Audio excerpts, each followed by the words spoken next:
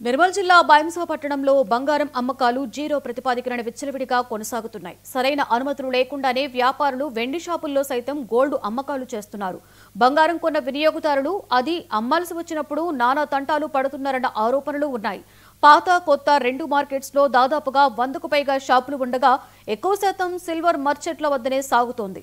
పట్టించుకోవాల్సిన central excise తూనికల కొలతల శాఖ అధికారులు నిఘా పెడితేనే జీరో దందా ఆగుతుంది అని స్థానిక ప్రజలు అంటున్నారు. నిన్న మొన్న బంగారు దుకాణాల్లో వాణిజ్య పన్నుల శాఖ అధికారులు ఏసీటీఓ విజయలక్ష్మి ఆధ్వర్యంలో తనిఖీలు చేపట్టారు. లేదు ట్యాక్స్ ఏవిషన్ ఏమైనా ఉందా, మేము గైడ్ అంటే అవగాహన కల్పించడానికి వచ్చినాము అంతే తప్ప అందులో పడాల్సింది ఇప్పుడు ఈ అన్ని షాపులు బంద్ చేసి ఉండాల్సిన అవసరం లేదు. జస్ట్ విజిట్ చేసి వెరిఫై చేసి డాక్యుమెంట్స్ వెరిఫై చేసి ట్యాక్స్ ఏమైనా వస్తుందో లేదా ఆయనకు అవగాహన కల్పించడానికి మా విధిలో భాగంగా వచ్చినాము. అవగాహన కల్పించాలంటే మేము ఇంకా బోర్డు ఉండాలి మేడం, మరి బోర్డు ఏం ఎక్కడ చేయడానికి వచ్చినాము. షాప్ ఎందుకు బంద్ ఉంది?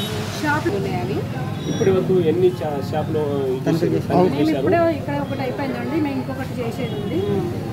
అంత బైసెట్ 15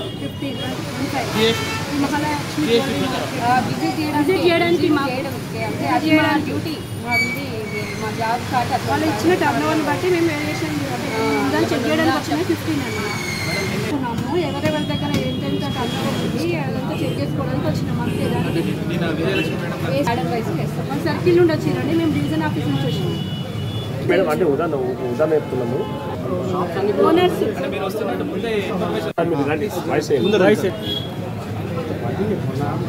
మీడియాలో పేపర్లో వేశారు కదా, అవును దాని గురించి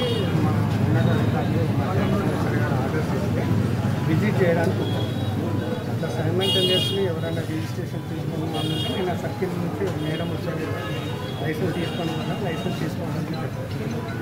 ఓకే సార్, ఇప్పటిదాకా మనం